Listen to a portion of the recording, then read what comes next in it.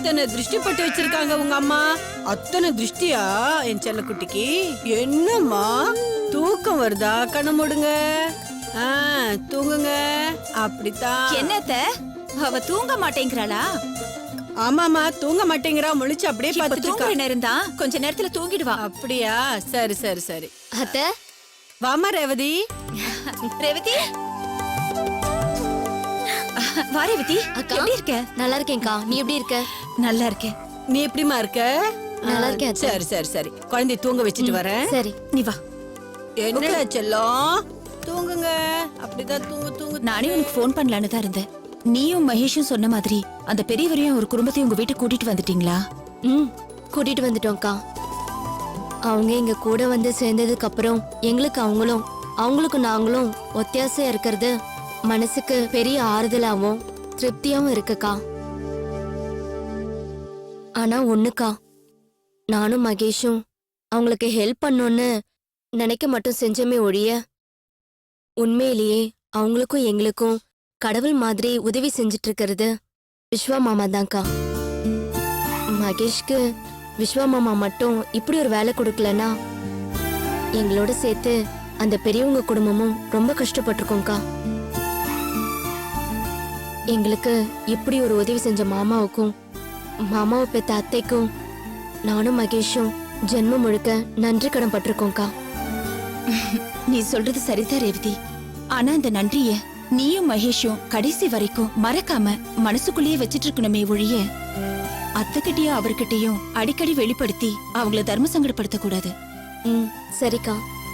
அக்கா, அப்புறம் அந்த பெரியவங்களோட பையன் பாபுவுக்கு பார்வை இல்லைன்னு சொன்னேன் இல்லையா? ஆமாண்டி, அந்த பாபுவுக்கு பார்வை இல்லாததை நினைச்சு நீங்கெல்லாம் படுற வேதனையை விட நான் படுற வேதனை தான் ரொம்ப அதிகம். ஏன்னா இந்த உலகத்துல பார்வை இல்லாம வாழறது எவ்வளவு கஷ்டம்னு நான் நேரடியா அனுபவிச்சவ. ஆனா எனக்காவது அத்தையும் அவரும் ஆறுதலா இருந்து செலவு பண்ணி பார்வைய வர வச்சுட்டாங்க. ஆனா அந்த பாபுவுக்கு ஆதரவுக்கு கூட யாரும் இல்லாம பாவண்டி அந்த பாபு. அக்கா, அது விஷயமாதான் நான் உன்கிட்ட பேசிட்டு போலான்னு வந்தேன். நானும் மகேஷும் எப்படியாவது கஷ்டப்பட்டு பாபாக்கு பார்வையை வர வச்சிடணும்னு முடிவு பண்ணிட்டோம்க்கா. பாவம்க்கா, அந்த பெரியவங்க இருந்த 2 பசங்கள்ல ஒருத்தனை இழந்துட்டு இருக்கிற இன்னொருத்தனுக்கு கண் பார்வை இல்லையேன்னு நினைச்சு அவங்க படுற வேதனைய எங்களால தாங்க முடியலக்கா. அது மட்டும் இல்லாம அந்த பாபுவும் சின்ன பையன், அவனுக்கு லைஃப்னு ஒண்ணு இருக்கு.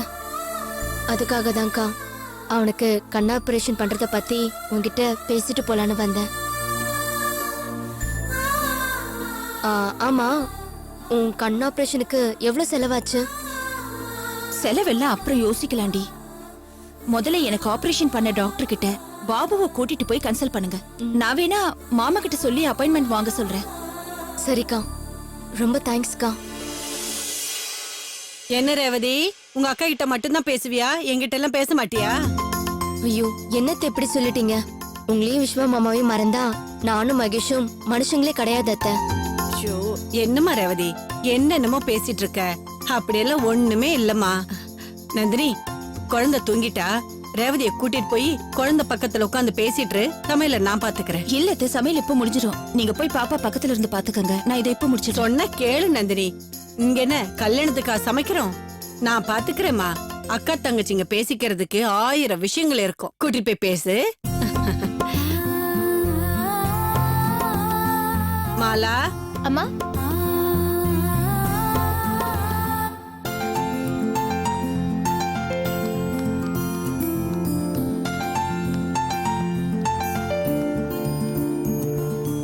அண்ணே. மகேஷ், ஒரு நிமிஷம் அண்ணே, இதோ வரேன்.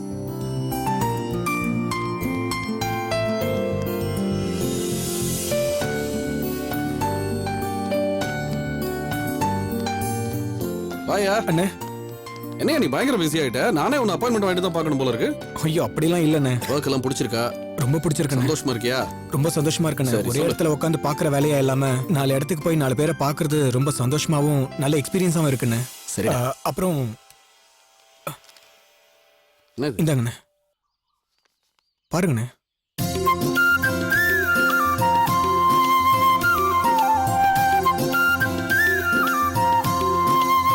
இத பாரு. ஏய் விஸ்வா, சண்முகம் பில்டர்ஸ்ல இருந்து நமக்கு வர வேண்டிய மொத்த பேமெண்ட்டும் வந்துருச்சுடா. எப்படிடா? நாங்களாம் 6 மாசமா முன்னாடி அலைஞ்சுக்கிட்டு இருக்கோம். அவன் சரியான ஃப்ராடு பார்ட்டி, அல்வா கொடுப்பானே, எப்படிடா வாங்கின? என்கிட்டயும் அப்படிதானே ட்ரை பண்ணாரு. ஆனா மார்ச் மாசம் நெருங்குது, அதனால பெண்டிங் இல்லாம எல்லா மோட்டையும் செட்டில் பண்ணிட்டீங்கன்னா எங்களுக்கு நல்லதுன்றதை விட உங்களுக்கு ரொம்ப நல்லது. இன்கம் டேக்ஸ் ரைடு ப்ராப்ளம் எதுவும் இல்லாம ஃப்ரீயா பிசினஸ் பண்ணலாம்னு எடுத்து சொன்னேன், அவ்வளவுதானே. என்ன நினைச்சாருன்னு தெரியல, எவ்வளவுன்னு கேட்டு மொத்த அமௌண்ட்டையும் செட்டில் பண்ணிட்டாரு. இதுக்காக எல்லா அமௌண்ட்டையும் மொத்தமா செட்டில் பண்ணிட்டானா? எந்த டாக்ஸா இருந்தாலும் நான் பாத்துக்கிறேன், ரொம்ப அசால்ட்டா பதில் சொல்லுவான். அவன் பல டாக்ஸ பார்த்தோம், ஏன் இதுக்கெல்லாம் 5 ரூபா கிடையாது. எப்படி கொடுத்தான்? உங்களுக்கு விஷயம் தெரியாதுன்னு நினைக்கிறேன். ரீசெண்டா உங்க பையன் இன்கம் டேக்ஸ் ரைட்ல செமையா மாட்டிக்கிட்டான். இவரும் எம்எல்ஏ எம்பின்னு யார் யார் மூலியமா ட்ரை பண்ணாரு, ஒன்னும் முடியல. அன்னில இருந்து இன்கம் டேக்ஸ் பேரை கேட்டால அவங்க ஃபேமிலியில எல்லாரும் பயங்கரமா கரண்ட் ஷாக் அடிச்ச மாதிரி பயப்படுறாங்க. இந்த சூழ்நிலையில இப்படி ஒரு விஷயத்த சொன்னா ஈஸியா செக் கிடைச்சிடும் நினைச்சேன். சொன்னேன், செக் கொடுத்துட்டாங்க. ரொம்ப சந்தோஷமா இருக்கு. சமயோஜிதமா யோசிச்சிருக்க. பேசுறது முக்கியம் இல்லடா, எங்க யார்கிட்ட எந்த நேரத்துல எப்படி பேசணும்னு தெரிஞ்சு பேசுறேன். சரியா நாளை கூட வச்சிருக்கோம். இன்னைக்கு தான் நிஜமாவே ரொம்ப ரொம்ப சந்தோஷமா இருக்கடா. இன்னைக்கு நீ ரொம்ப நல்ல வேலை பார்த்திருக்க. அதனால இதுக்கு மேல இன்னைக்கு உனக்கு ஒர்க் இல்ல, நீ வீட்டுக்கு போய் சந்தோஷமா இரு. ஓகே, நாளைக்கு வா. சரிண்ணே, போயிட்டு வா. தேங்க்ஸ்ண்ணே, வரேண்ணே. ஓகே. சொல்லுங்கண்ணே. வீட்டு செலவுக்கு என்ன பண்ற? அண்ணே அதெல்லாம் சமாளிச்சுக்கிட்டு இருக்கேண்ணே. எப்படி? அது மகேஷ், இங்க பாரு, ப்ரொஃபஷனல் ரிலேஷன்ஷிப் வேற, பர்சனல் ரிலேஷன்ஷிப் வேற. நீ இங்க ஒர்க் பண்றங்கிறதுனால உன் வீட்டுல ஒரு பணத்தட்டுப்பாடுனா என்கிட்ட கேட்க கூடாதுன்னு இல்ல. அந்த இடத்துல நான் உன் அண்ணன் தான், எப்ப வேணா நீ என்கிட்ட கேட்கலாம். புரியுதா? இல்லண்ணே, என் மேல இவ்வளவு நம்பிக்கை வச்சு இந்த ஜாப் எனக்கு கொடுத்துருக்கீங்க. இதை நான் அட்வான்டேஜா எடுத்துக்க கூடாது இல்லையா? இன்னும் எப்படியும் 27 நாள்ல ஒரு மாசம் கம்ப்ளீட் ஆயிடும், சம்பளம் கொடுத்துட போறீங்க. அது வரைக்கும் எப்படி சமாளிச்சிருவோண்ணே? என்னத்தை சமாளிப்ப? எப்படிடா சமாளிப்ப? இது நாள் வரைக்கும் ஆறுமுக அண்ணன் கூட இருந்தாரு, எப்படியோ அப்படி இப்படி சமாளிச்சுக்கிட்டு இருந்த. இப்ப அவரும் ஊருக்கு போயிட்டாரு, எப்படி சமாளிக்க போற? ஆறுமுக அண்ணன் இல்லைன்னா யாருமே இல்லைன்னு நினைக்காத, நான் இருக்கேன். இதுல 10,000 ரூபா இருக்கு, இதை வச்சுக்கோ. அண்ணே இல்லண்ணா, பரவாயில்ல இருக்கட்டும். நீங்க தன்மான சிங்கம்னு எங்களுக்கும் தெரியும். நாங்க ஒன்னும் இதை சும்மா கொடுக்கல, சேலரி அட்வான்ஸா தான் கொடுக்குறோம். மாசம் ஒரு அமௌண்ட் அவனை பிடிச்சிக்க சொல்றேன், இந்த வாங்கிக்கங்க மகேஷ். இல்லண்ணா பரவாயில்ல இருக்கட்டும். அன்பா கொடுக்கும்போது வாங்கிக்கலன்னா அடிச்சு கொடுப்பேன், புரியுதா? ஓ, என்ஜாய் பண்ணு. வீட்டுல 6 பேர் இருக்காங்க, என்னென்ன செலவுகள் இருக்குன்னு எனக்கும் தெரியும், புரியுதா? இப்போ வீட்டுக்கு வேண்டிய பொருள்லாம் வாங்கி போடு. தேங்க்ஸ்ண்ணே. இந்த அட்வான்ஸ் பணத்தை உங்க கையால வாங்குறது ரொம்ப சந்தோஷமா இருக்கு. ஓவர் சென்டிமெண்டா இருக்கும். போடா என்ஜாய் பண்ற, போடா. வரேண்ணே.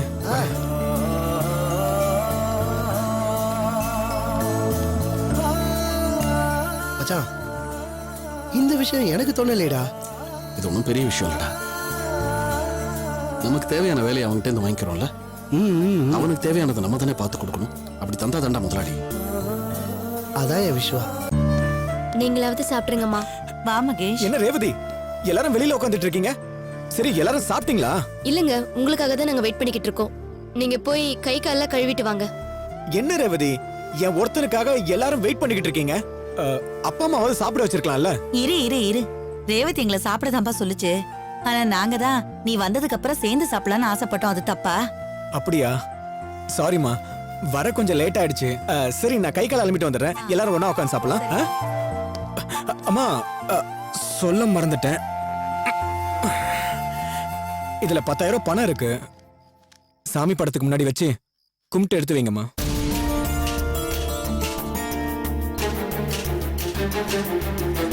எதுப்பா இவ்வளவு பணம்? சம்பளம் பணமா? டேய், சம்பள பணமா? ஏண்டா நீ வேலைக்கு சேர்ந்து முழுசா 3 நாள் கூட முடியல, அப்புறம் எப்பறம் சம்பள பணம்? விஸ்வான குடும்ப செலவுக்காக 1 மாசம் சம்பள பணத்தை அட்வான்ஸா கொடுத்திருக்காரு. பொதுவாவே விஸ்வா மாமா ரொம்ப இறக்க மனசு உள்ளவரு. அடுத்தவங்களுக்கு ஒண்ணுனா அவரால தாங்கவே முடியாது. நமக்குன்னா சொல்லவா வேணும். ஆனாலும் இனிமே இது மாதிரி சம்பளத்துக்கு முன்னாடி பணம்லாம் வாங்க வேண்டாங்க. புரியுது ரேவதி, அவர் நம்ம மேல வச்சிருக்கிற அக்கறைய நம்ம அட்வான்டேஜா எடுத்துக்க கூடாது, அதான சொல்ல வர? ஆமாங்க. அப்புறம் இன்னொரு முக்கியமான விஷயம், நந்தினி அக்காவை பார்த்து பாபு விஷயமா பேசுனங்க.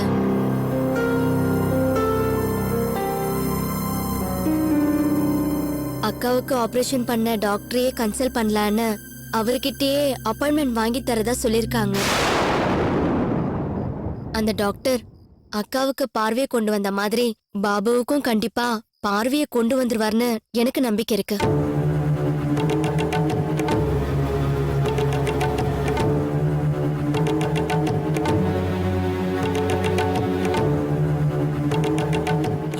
பார்த்து. ஏன்னா அமைதியா இருக்கீங்க? ஏய் பாபு பார்த்து. நீங்க என் மேல வச்சிருக்க அக்கறையை நினைச்சா சந்தோஷமா தான் இருக்கு. ஆனா என் மனசுல இருக்க வலியை தான் உங்களுக்கு எப்படி புரிய வைக்கிறதுன்னு எனக்கு தெரியலண்ண.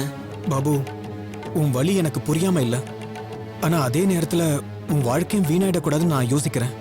இல்லைண்ண, நான் வாழ்றதே அவனை பழி வாங்குறதுக்காக தான். நீங்க சொல்றீங்க அவன் குடிபோதையில இருந்ததுனால அவனை மீறி அந்த ஆக்சிடென்ட் நடந்திருக்கும்னு. அவன் போதையில இருந்தது என்னமோ உண்மைதானே, ஆனா ஆக்சிடென்ட் அவனை மீறி எல்லாம் நடக்கல. அவனோட பண திமிருனால தான் நடந்துச்சு.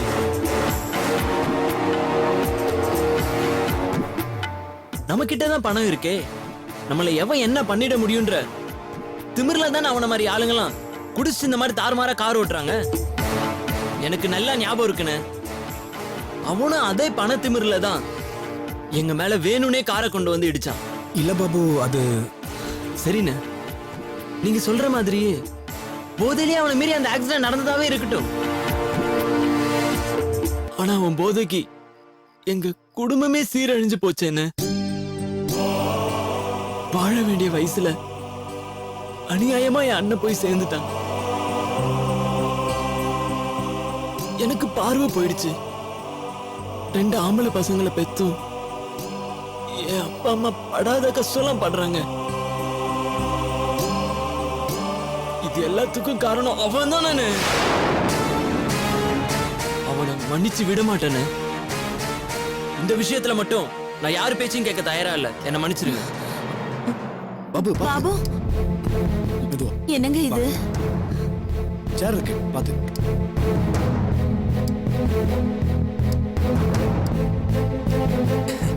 நீங்க போங்கம்மா, இந்த பணத்தை கொண்டு போய் சாமி ரூம்ல வைங்க. என்னப்பா இது? இல்ல நீங்க போங்கம்மா, நான் வந்துடுறேன். நீங்க போங்க. ரேவதி கூட்டு போ, சாப்பாடு எடுத்து வை.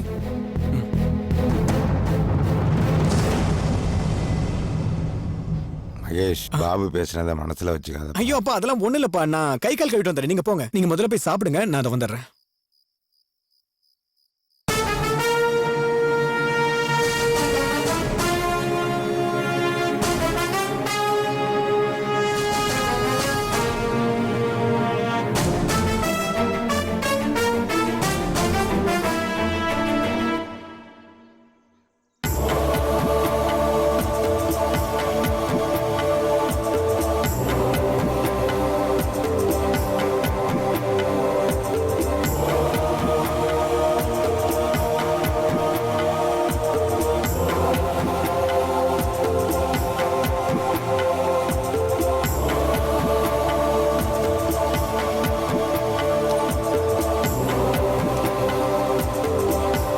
வணக்கம் டாக்டர். உட்காரு உட்காரு. சொல்லுங்க. என் மருமகன் சுந்தர் உங்களுக்கு தெரியும்னு நினைக்கிறேன். சுந்தரா? இப்ப ரீசெண்டா 2 கிட்னி ஃபெயிலியர் ஆன ஒரு பேஷண்ட். தெரியுமே, தெரியும். ரீசெண்டாக தான் அவரை மீட் பண்ணேன். அஸ் எ டாக்டரா அவருடைய பிரச்சனையை அவர்கிட்ட நேரடியாக நான் தான் சொல்லியிருக்கணும். என்னமோ தெரியல, அவர் முகத்தை பார்த்து என்னால் எதுவுமே சொல்ல முடியல. அதனால தான் அவர் ஒய்ஃப் கிட்ட சொல்லி அனுப்புனேன். என்னாச்சு? அவருக்கு கிட்னி கிடைக்க ஏதாவது ஏற்பாடு பண்ணீங்களா? இல்ல டாக்டர், அவருடைய பிளட் குரூப், டிஷ்யூ கல்ச்சர் இதெல்லாம் ஒத்து போறவங்களோட கிட்னியை தான் அவருக்கு பொருத்த முடியும்னு சொன்னீங்களா? ஆனா அவருக்கு ரத்த உறவுல சொந்த பந்தம்னு யாருமே கிடையாது. ஓஹோ. பணத்துக்கு கூட ஒரு பக்கம் ஏற்பாடு பண்ணிக்கிட்டு தான் இருக்கோம். அவருக்கு பொருந்துற மாதிரி கிட்னி கிடைக்கிறதுக்கு எந்த வழியுமே தெரியல. ராத்திரி பூரா எனக்கு தூக்கமே இல்லை டாக்டர். விடிய காலையில எனக்கு ஒரு யோசனை வந்துச்சு. அது என்னன்னா, என்ன யோசனை சொல்லுங்க. என்னுடைய பிளட் குரூப்பும் என் மருமகன் பிளட் குரூப்பும் ஒண்ணுதான். அதனால என்னுடைய டிஷ்யூ கல்ச்சரை டெஸ்ட் பண்ணி பார்த்து அதுவும் என் மருமகனதும் ஒத்து போச்சுன்னா அவருக்கு என்னுடைய கிட்னியை கொடுக்கலான்னு நான் நினைக்கிறேன். இது என்னுடைய பிளட் டெஸ்ட் ரிப்போர்ட், பாருங்க.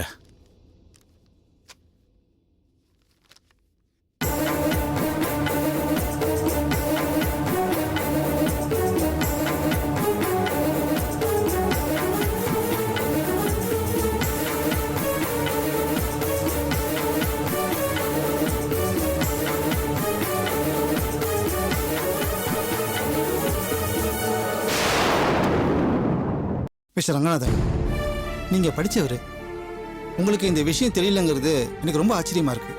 என்ன விஷயம் சார்? என் வயசை சொல்றீங்களா? ஒருத்தருக்கு 55+ ஆனாலே அவரோட உடல்நிலை ஆரோக்கியமாக இருந்தால் மட்டுமே அவரோட உடல் உறுப்புகளை மற்றவங்களுக்கு தானமாக கொடுக்க முடியும். நான் அதை மட்டும் சொல்லலை சார், உங்களுக்கு டயபெட்டிஸ் இருக்குது சார். ஆமாம் சார், எனக்கு டயபெட்டிஸ் இருக்கு. ஆனால் அதுக்கு நான் ரெகுலராக மெடிசன் எடுத்துக்கிட்டு அதை ரொம்ப கண்ட்ரோலாக தான் வச்சுருக்கேன். இப்போ கூட பாருங்க, நான் நல்லா ஓடி ஆடி வேலை செஞ்சுக்கிட்டு தான் இருக்கேன், ஆஃபீஸ்க்கும் போய்கிட்டு தான் இருக்கேன். அதனால இது சரியா வரும்னு பெரிய எதிர்பார்ப்பில் வந்திருக்கேன். இது என் பொண்ணோட வாழ்க்கை சார். நான் ஒரு கிட்னி இழந்தாலும் அதனால எனக்கு எந்த பாதிப்பு வந்தாலும் பரவாயில்ல. இந்த மாதிரி சூழ்நிலையில் உணர்ச்சி வசப்பட்டு சில டாக்டர்களே இப்படி தான் பேசுகிறாங்க. அதனால் நீங்கள் இப்படி பேசுறதை நினச்சி ஆச்சரியப்படுறதுக்கு ஒன்றுமே இல்லை. பட் யதார்த்தத்தை எல்லாருமே ஏற்றுக்கிட்டு தான் ஆகணும். உங்கள் கிட்னியை உங்கள் மருமகனுக்கு கொடுக்கணும்னு உங்கள் மனசு 100% ஆசைப்பட்டாலும் உங்கள் உடம்பும் வயசும் அதுக்கு 1% கூட ஒத்துழைக்காது சார். யூஸ் ஆகாதுன்னு தெளிவாக தெரிஞ்சும் தேவையில்லாமல் ஒருத்தருடைய உடம்புல இருந்து உடல் உறுப்புகளை வெளியே எடுக்கிறது சட்ட விரோதமானது மட்டும் இல்லை, மெடிக்கலி பெரிய துரோகமும் கூட.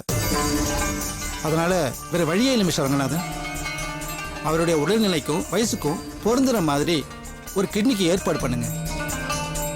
அதை விட்டுட்டு எமோஷனல் ஆகி இப்படி தேவையில்லாத விஷயங்கள்லாம் யோசிச்சு டைம் வேஸ்ட் பண்ணாதீங்க. அப்புறம் மருமகனை காப்பாத்துறது ரொம்ப கஷ்டமா இருக்கு. இந்தாங்க.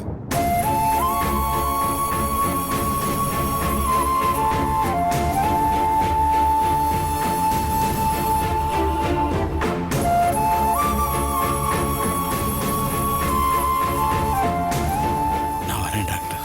வாங்க.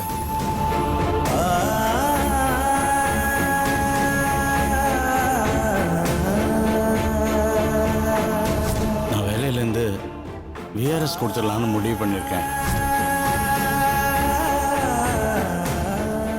ஆபரேஷனுக்கு ஆகிற செலவை விட கிட்னிக்கு ஆகிற செலவு தான் ரொம்ப அதிகம்.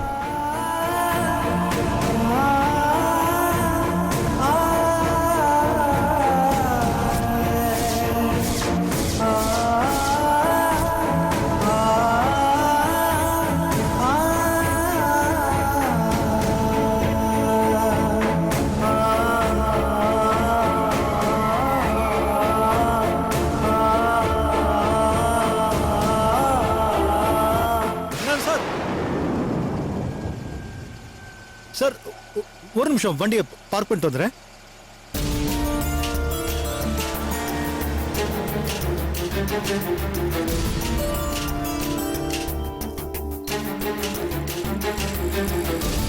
என்ன சார் இந்த பக்கம் போயிட்டு இருக்கீங்க? எந்த வழியும் தெரியாதவன் எந்த பக்கம் போனா என்ன தம்பி? என்ன சார் ஒரு மாதிரியா பேசுறீங்க? ஏதாவது பிரச்சனையா? அதெல்லாம் ஒன்றும் இல்லை தம்பி. முக்கியமான வேலையா ஒருத்தர் இங்கே பார்க்க வந்தேன். அதான் அவரை பார்த்துட்டு வீட்டுக்கு போயிட்டு இருக்கேன். சார் கார்ல இருங்க சார், நான் உங்களை ட்ராப் பண்றேன் வீட்டுல. கையால் ஆகாதவனுக்கு கார்லாம் எதுக்கு தம்பி? நீங்க போங்க, நான் போய்க்கிறேன். சார் சார், நீங்க பேசுறதெல்லாம் வச்சு பார்க்கும்போது ஏதோ பெரிய பிரச்சனை இருக்குன்னு புரியுது. தயவு செஞ்சு என்ன அடுத்தவனா நினைச்சு பேசாதீங்க சார். உங்க பையனா நினைச்சு என்ன பிரச்சனைனாலும் சொல்லுங்க, என்னால முடிஞ்ச உதவி நான் செய்யறேன் சார். பிரச்சனை என்னங்கிறத வேணா சொல்றேன், ஆனா நீங்க உதவியெல்லாம் ஒன்றும் பண்ண வேண்டாம். என்ன அது சரியா வராது. சார் என்ன சார் இப்படி சொல்றீங்க? மாலத்தி வீட்டுக்காரரை இனிமே டயாலிசிஸ் மூலமா காப்பாற்ற முடியாது. இன்னும் 30 நாளைக்குள்ள கிட்னி சேஞ்ச் பண்ணாதான் அவர் உயிரை பிடிச்சி நிறுத்த முடியும்னு டாக்டர் கெடு வச்சுட்டாரு. இதுக்கு 8 லட்சம் ரூபாய் செலவாகுமா? நானும் யார் யார்கிட்டயே கேட்டு பார்த்துட்டேன், எந்த உதவியும் கிடைக்கல. அந்த 30 நாள்ல இப்பவே 4 நாள் முடிஞ்சு போச்சு. சார் என்ன சார் சொல்றீங்க? இவ்வளவு பெரிய பிரச்சனையை வச்சுக்கிட்டு என்ன ஏன் சார் ஹெல்ப் பண்ண வேண்டாம்னு சொல்றீங்க நீங்க? சார் என்னால முழுசா 8 லட்சம் ரூபாய் கொடுக்க முடியாதான், ஆனா ஒரு 2 லட்சம் ரூபாய் வரைக்கும் என்னால கண்டிப்பா கொடுக்க முடியும் சார். மீதி பணத்தை அங்கேயும் இங்கேயும் ரெடி பண்ணிட்டு நீங்க எப்படியாவது சுந்தர காப்பாத்திடலாம் சார். நீங்களும் மாலத்தி ஏத்துக்கிட்டீங்கன்னா நான் இப்பயும் உங்களுக்கு பணம் தரேன் சார். சார் நீங்க வேணா என் கூட வாங்க சார், நான் பேங்க்ல டிராப் பண்ணி தரேன் சார். நீங்க இப்படித்தான் சொல்லுவீங்கன்னு எனக்கு நல்லா தெரியும் தம்பி. ஏன்னா உங்க மனசு அப்படி. அதனாலதான் பிரச்சனை உங்ககிட்ட சொல்றதுக்கு நான் தயங்கினேன். இப்போதைக்கு யார் பண உதவி பண்ணாலும் எதை பத்தியும் யோசிக்காம வாங்கிக்கிற நிலைமையில தான் நான் இருக்கேன். ஆனாலும் உங்க உதவியை மட்டும் எங்க யாராலையும் ஏத்துக்க முடியாது தம்பி.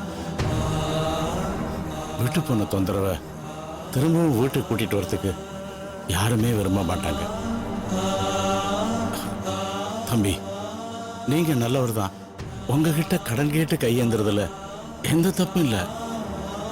ஆனா உங்க ஒய்ஃப் அஞ்சலி வேணாம் தம்பி. எதுக்கு அதையும் இதையும் பேசிக்கிட்டு நான் கிளம்புறேன். ப்ளீஸ் சார், வேணா நான் பணம் கொடுக்குற விஷயத்த அஞ்சலிக்கு தெரியாம நான் பாத்துக்கிறேன் சார். தயவு செஞ்சு வாங்கிக்கோங்க சார், ப்ளீஸ் சார். இல்ல, ஏற்கனவே என் பொண்ணுக்கு கொடுக்காத பணத்தை கொடுத்ததா சொல்லி உங்க பொண்டாட்டி என் பொண்ணு எந்த அளவுக்கு அசிங்கப்படுத்திட்டாங்கிறத மறந்துட்டீங்களா தம்பி? இப்ப நீங்களே உங்க பொண்டாட்டிக்கு தெரியாம பணத்தை வாங்கிக்க சொல்றீங்களே. 4 பேருக்கு தெரிஞ்சு செய்யற தப்பை விட தெரியாம செய்யற தப்பு ரொம்ப அசிங்கமானது. இந்த தப்பு உங்க பொண்டாட்டி மூலமா என் பொண்ணு வாழ்க்கைய எங்க கொண்டு போய் நிறுத்தும்னு கொஞ்சம் யோசிச்சு பாருங்க. ஆனாலும் உங்க பொண்டாட்டி கிட்ட இருந்து என் பொண்ணோட மானத்தை மறுபடியும் ஒரு முறை எங்களால காப்பாற்ற முடியாது தம்பி. எனக்கு என் மாப்பிள்ளை உயிரும் முக்கியம், அதை விட என் பொண்ணோட மானமும் ரொம்ப முக்கியம். இந்த ரெண்டையுமே காப்பாத்துறதுக்கு கடவுள் எனக்கு வேற ஏதாவது வழியை காட்டுவான்னு அந்த நம்பிக்கை எனக்கு இருக்கு. நான் வர்றேன்.